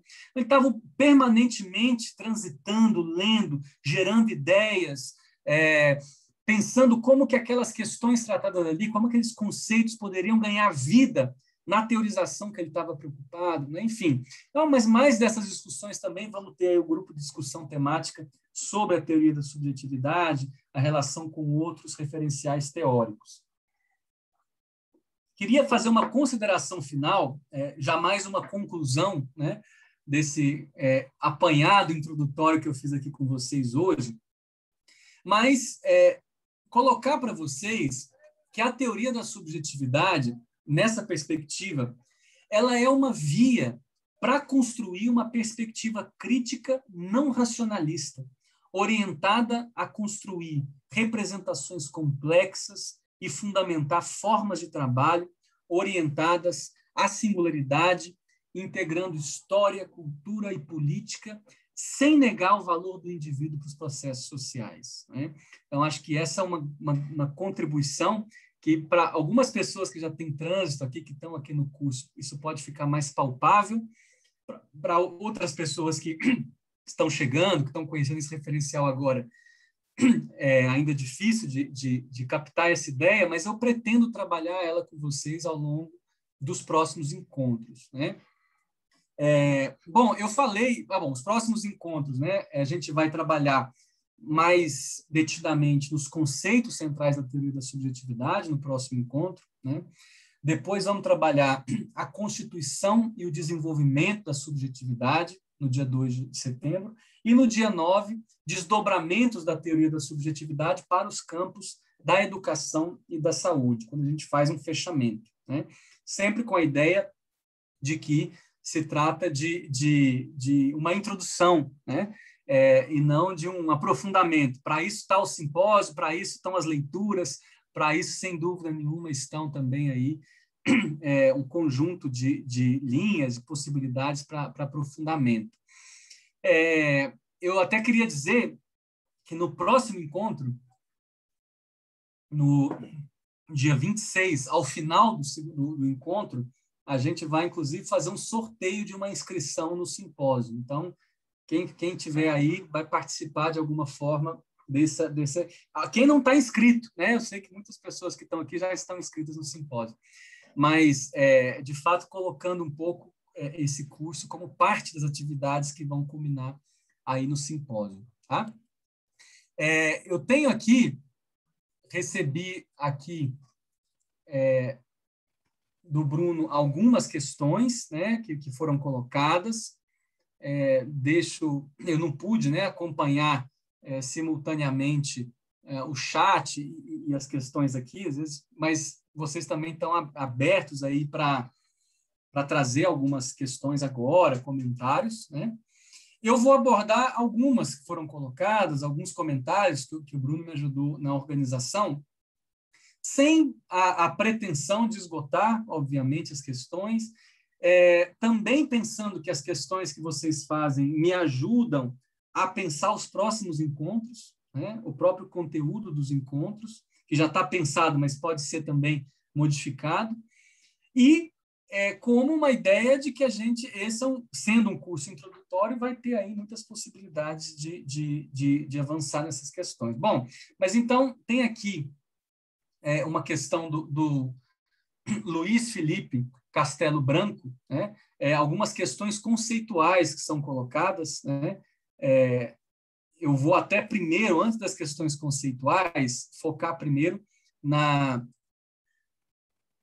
questão que tem a ver com a relação com outras teorias, que, de alguma forma, tem mais a ver, as questões conceituais eu vou abordar, mas eu vou deixar muito também para o próximo encontro, né? Então, tem uma questão do Márcio Nunes de Abreu, dizendo: Daniel, você também poderia falar um pouco da crítica que o Fernando faz em relação ao construcionismo social, né? Veja, Márcio, a questão do construcionismo social, como eu disse, o Fernando valoriza muito os desdobramentos que teve o construcionismo na crítica, coincide muito com o construcionismo na crítica à psicologia individualista, à psicologia de base universal, né?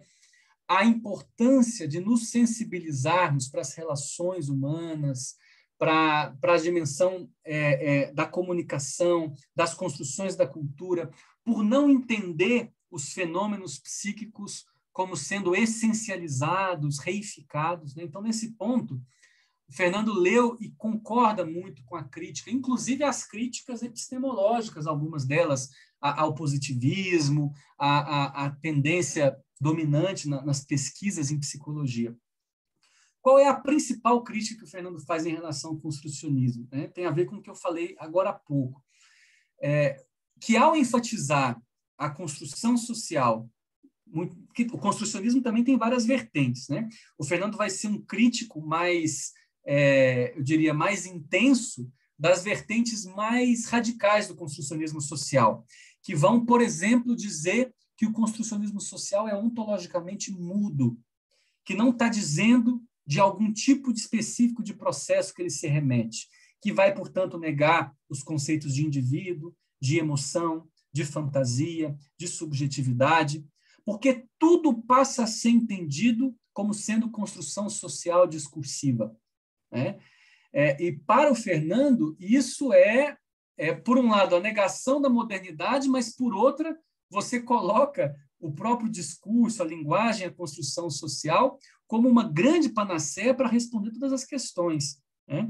Então, embora o Fernando vai coincidir com a importância do discurso, com a importância das construções sociais, ele vai ser extremamente sensível à noção e à ideia que ele vai teorizando na obra dele, de que na experiência social, não somente eu vivo esses processos como efeitos do discurso, eu estou gerando, construindo novos discursos, eu estou sentindo isso de forma diferenciada, eu sou afetado, por exemplo, as questões de gênero, um exemplo, né? Eu sou afetado pelas questões de gênero, que são construções sociais, históricas, que têm toda uma perspectiva para estudar. No entanto, para entender como isso me afeta, para entender como isso se desdobra na minha vida, e inclusive para entender as resistências que eu gero a isso e as eventuais alternativas, isso não pode se limitar ao discurso. Isso tem a ver com esse caráter gerador da subjetividade que foi obliterado e negligenciado eminentemente pelo construcionismo, né? Mas isso eu estou dizendo, há nuances no construcionismo, né? Mas a principal crítica é isso, a redução dos processos psíquicos e humanos à dimensão da construção social, do discurso, dos processos simbólicos. O Fernando vai dar muita ênfase para a emocionalidade nos processos individuais e sociais, né? Então, para ele, essa é a principal carência, vamos dizer assim, né? Tem alguns comentários aqui conceituais, questões conceituais, como, por exemplo, do Luiz Felipe Castelo Branco da Silva, que vai falar: segundo o professor Fernando, em um dos materiais disponibilizados, assume a subjetividade enquanto um nível da psique que se configura na vida cultural do homem. Dito isso, como ele compreende essa psique? Como ela é conceituada por ele? Luiz, eu não vou entrar tanto nesse tema agora, em detalhes, porque vai ser tema do nosso terceiro encontro, que é quando eu vou fazer a diferenciação entre desenvolvimento subjetivo e desenvolvimento psíquico. Mas eu vou te dar uma resposta geral. Para o Fernando, os seres humanos, obviamente, têm um sistema psíquico. Assim como os animais também têm um sistema psíquico. Processos, por exemplo, de percepção, processos motores, processos oculomotores, uma série de processos psíquicos que são importantes para motricidade, para a organização do mundo, para o movimento, para a gente se situar, nós compartilhamos, inclusive, com os animais. Claro, o ser humano tem algumas especificidades nesse sentido, por questões biológicas, de modificação cerebral, telencéfalo, etc., que eu não vou entrar nisso. Mas a grande questão é, essa dimensão psíquica, ela é, de alguma forma, principalmente, não somente, mas principalmente orientada à adaptação, orientada de alguma forma à sobrevivência, ela tem uma dimensão compartilhada aí com outras espécies. Para o Fernando, a subjetividade é um fenômeno especificamente humano, e tem a ver com isso que você falou, que se configura na vida cultural do homem, essas produções simbólicas. De fato, a cultura é uma invenção humana. A gente muitas vezes lida com ela como sendo objetiva, porque ela é naturalizada ao longo do tempo, por gerações. A gente já nasce no mundo cultural, então a gente entende esse mundo relativamente como externo, mas esse é um mundo inventado, é um mundo em transformação, para o qual a subjetividade é muito importante, para a própria transformação cultural, e aí já se separa da psique humana. Ou seja, a subjetividade é um nível que tem uma relação, uma gênese muito forte com os processos psíquicos, com essa psique. No entanto, ela se gera uma relativa autonomia como um sistema diferenciado. Então, grosso modo, essa seria uma explicação introdutória aí ao tema. O Rafael Asmar fala, complementando a questão do colega acima, ele se identificava, autodeclarava a uma determinada escola corrente de pensamento, por exemplo, o estruturalismo, não ao estruturalismo. O estruturalismo, ele, de novo, reconhece muito o lugar histórico que o estruturalismo teve, mas quando se coloca o estruturalismo como sistema de signos, para explicar as diversas realidades humanas, o estruturalismo teve um viés cientificista muito forte também, e universalista também, que vai totalmente contra a ideia da teoria da subjetividade, do sistema subjetivo. Não é que se declarava ou se autodeclarava uma escola, ele sim se coloca a teoria da subjetividade como sendo uma teoria que se gesta dentro da psicologia cultural histórica, ou psicologia histórica cultural, como alguns falam. Mas veja, uma coisa é se colocar numa tradição em processo, outra coisa é se afiliar a uma corrente determinada como sendo algo, um grande guarda-chuva. Como eu disse na minha apresentação, ele foi um autor sempre voltado e orientado à construção de um sistema teórico, que dialogava com as bases, com as influências que ele teve, mas que estava gerando algo diferente. A teoria da subjetividade, ela não seria correto afirmar, por exemplo, que a teoria da subjetividade é uma teoria vigotskiana. Ela não é uma teoria vigotskiana, ela não é uma teoria que foi, de alguma forma, uma consequência natural da obra do Vygotsky ou de Bolshoi. Não, ela é um avanço no sentido de que ela é uma criação a partir desse legado. Mas essa é a história do Fernando. Dentro da psicologia, a partir desses trânsitos diversos, diálogos que ele tinha, a psicologia cultural histórica, até o final da obra dele, seguiu sendo, vamos dizer assim, uma corrente ou uma família, de teorias no qual ele se reconhecia e para o qual ele aportou com a teoria da subjetividade. O Rodrigo Pires coloca aqui o texto de leitura indicado, na página 13, traz a seguinte afirmação: In fact, because the topic of subjectivity is ideologically linked to idealism, it was not developed in a Soviet psychology that, despite its contradictions, assume materialism as an ontological basis. Vou fazer uma tradução direta, assim. De fato, porque o tópico da subjetividade é ideologicamente ligado ao idealismo, ele não foi desenvolvido numa psicologia soviética, que, apesar de suas contradições, assumia o materialismo como uma base ontológica. A minha dúvida é sobre o Rodrigo pergunta, a minha dúvida é sobre o que significa o idealismo nesse contexto, que é uma pergunta muito importante, Rodrigo. O idealismo nesse contexto, ele é considerado, veja que o contexto onde isso está sendo colocado, o contexto da psicologia soviética, principalmente no pós-Revolução Russa, e mais enfaticamente após a emergência do Stalin, né? Onde não somente houve um certo direcionamento, né, da psicologia, da ciência, de outras partes, como também houve a perseguição de muitas correntes teóricas. Então, correntes teóricas que se associavam à burguesia europeia, que tinha alguma base na fenomenologia, que aí o idealismo, né, muitas vezes era nesse contexto entendido como fenomenologia, a própria Gestalt, todas as questões que eram colocadas no âmbito das ideias e não como uma explicação da psicologia enquanto resultado das questões sociais, né? Isso era ideologicamente, o idealismo, portanto, foi ideologicamente perseguido e concretamente perseguido. Vou dar um exemplo muito concreto.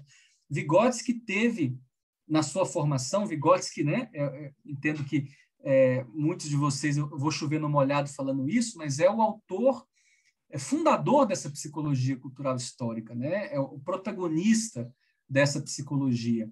E o Vygotsky, como um leitor ávido de uma cultura impressionante, né, bebeu de muitas fontes, né, e uma dessas fontes foi da fenomenologia. E no final da vida dele, da Gestalt, Vygotsky se influencia por Kurt Lewin, e tem um professor que se chama Speth, né, que influencia muito Vygotsky na visão dele sobre a psicologia, a ideia de unidades que ele pega do Kurt Lewin, unidade psicológica, por exemplo. Já o Speth tinha muitos ensinamentos, né, sobre essas contradições da psicologia, que não se reduz ao social, etc. O Speth foi fuzilado no stalinismo, entende? Então, não só foi concretamente essa perseguição, né, como também na própria leitura do Vygotsky. Essas origens do Vygotsky foi historicamente muito negadas. Por exemplo, Vygotsky tem uma formação e tem um trânsito pela psicanálise grande. Ele discorda. Desde o primeiro livro, Psicologia da Arte, ele vai ter um diálogo crítico muito interessante com a psicanálise. Mas essa é considerado o Vygotsky menos maduro, né? Então, o idealismo, tudo aquilo que, de alguma forma, confronta o imperativo materialista da psicologia soviética dominante, de que a psicologia é explicada pela atividade e pelas questões sociais, e, portanto, ela é uma consequência dessa atividade ou consequência dessas relações sociais, entende? Então, tudo aquilo que coloca isso em xeque era profundamente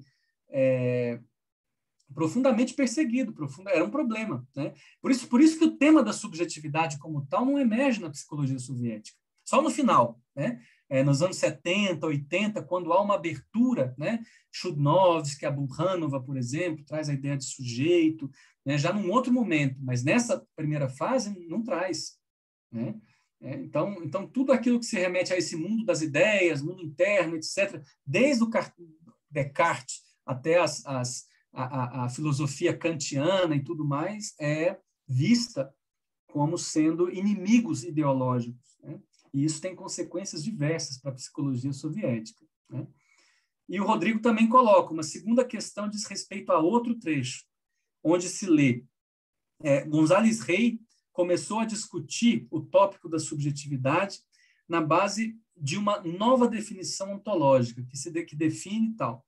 Aí ele pergunta, por que os autores dizem que se trata de uma nova definição ontológica se a teoria da subjetividade é de ordem mais epistemológica?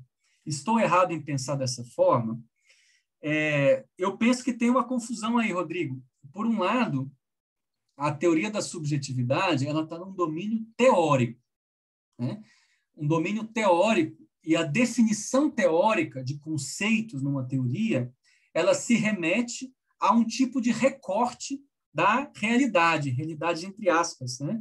Que é sensível ao estudo, à prática, né? Então, por exemplo, a psicanálise traz como definições ontológicas, né? A própria ideia de inconsciente, representação, pulsão, etc. O comportamentalismo, uma definição ontológica do comportamento, né? E assim por diante, ou seja, uma definição da especificidade do tipo de fenômeno que está se remetendo. Então, nesse sentido, a teoria da subjetividade, ao definir a subjetividade como sistema simbólico emocional, se trata de uma definição ontológica do tipo de processo ao qual eu estou me remetendo. Agora, o estudo desse processo vai ter desdobramentos epistemológicos. Por quê? Porque diz respeito a o que é pesquisar esse processo, quais são os princípios da pesquisa, como pensar a construção do conhecimento necessária para pesquisar esse domínio ontológico, né? Então, a gente não pode separar a ontologia de epistemologia. Isso o Fernando sempre trouxe muito claro, né, no pensamento dele, mas eles não representam a mesma coisa. Da mesma forma que o metodológico é uma outra dimensão ainda. É um desdobramento da epistemologia, o como fazer, né? Então, eu diria que a teoria da subjetividade está no âmbito teórico, não epistemológico, e esse âmbito teórico traz a definição ontológica, né? Tem alguns comentários aqui, né, interessantes que o Bruno também colocou. Saber do autor nos aproxima da Carla Wunder, por exemplo. Saber do autor nos aproxima de sua humanidade, de sua percepção de mundo e sujeito que integra sua teoria. Saber de onde vêm suas ideias, de onde vem, como vivia o autor, torna viva para mim a teoria. Que coisa boa, Carla. E ela fala aí também, bom, depois a Antoinette fala, lo recuerdo muy atento, reflexivo de su práctica clínica, y eso alimentó de manera importante sus reflexiones en los 80. Como profesor, era muy dado a debatir sus propios avances teóricos en las aulas, aún com estudiantes de pré-grado. Antoinette, ótimo ter você aqui, que é de origem cubana, conheceu o Fernando aí nos anos 80, que coisa boa. Eu diria que essa característica que a Antoinette destaca, né, de ser reflexivo, atento e de discutir os avanços teóricos dele nas aulas, mesmo com estudantes de graduação, se caracterizou como uma prática dele até o final da vida, Antoinette. Quem foi aqui aluno de graduação do Fernando sabe disso. Ele entendia a sala de aula como sessões relacionais, dialógicas, onde ele provocava, trazia reflexões teóricas, falava das últimas publicações dele, escutava, se nutria também da reflexão dos estudantes, não é? Provocava o mundo dos estudantes com as reflexões teóricas que ele fazia. Então, essa era uma parte que eu não falei na minha apresentação introdutória, que a Antoinette está se remetendo, que é muito cara. O Fernando era um educador, no seu sentido mais abrangente do termo, né? Era um educador porque ele se envolvia sensivelmente com as pessoas com as quais ele se relacionava. Ele se sensibilizava, ele se doava para esse encontro, né? E ele não dissociava isso da reflexão teórica dele, né? Então, embora, claro, o Fernando foi um palestrante, conferencista, etc., mas ele era um sujeito no diálogo e na interlocução muito ativo, apaixonado, né? E isso, eu penso, que é uma das razões pelas quais muitas pessoas, incluindo eu, o considerava como um certo mestre da vida, e não só da psicologia, porque ele movimentava, provocava, era um interlocutor de questões existenciais, né? Porque, de fato, a psicologia dele, ou a teoria que ele gerou, era uma teoria para pensar a vida, para pensar a constituição individual, social dos processos, né? E isso se dava com muita clareza. A Roberta trazendo, finalmente entendi o que é Perishivani, grata, esses termos, né, Roberta, que em russo ainda, né? A Carla falando, Roberta ia afirmar a mesma coisa, era um conceito que ainda não havia entendido. Enfim, gente, um prazer mesmo ler vocês, receber os comentários, né? E, de alguma forma, também receber esses feedbacks de vocês, para mim, também é muito importante, porque, de alguma forma, nos deixa mais sintonizados, né? A gente tem aqui algumas limitações pelo formato, a quantidade de pessoas no curso, mas eu espero que, assim, a gente consiga, de alguma forma, estar em contato, numa boa comunicação, e eu vou voltar aí às questões do chat, vou ler depois com calma cada uma delas, e vou tentar abordar esses vários temas, né, nos próximos encontros também.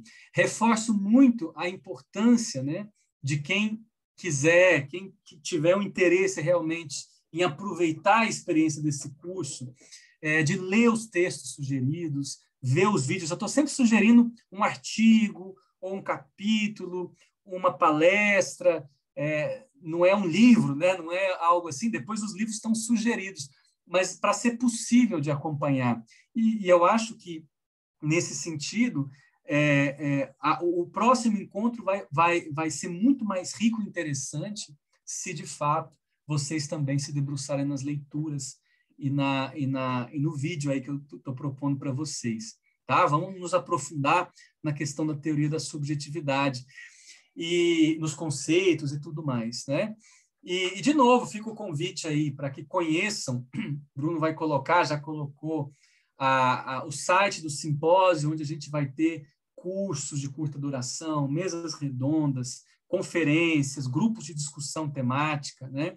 Onde, de fato, vamos discutir não só a teoria, mas os desdobramentos dela para pensar aquele conjunto de temas que eu falei no início, né? Educação, saúde, psicoterapia, inclusão, processos organizacionais, processos da psicologia jurídica e assim por diante, né?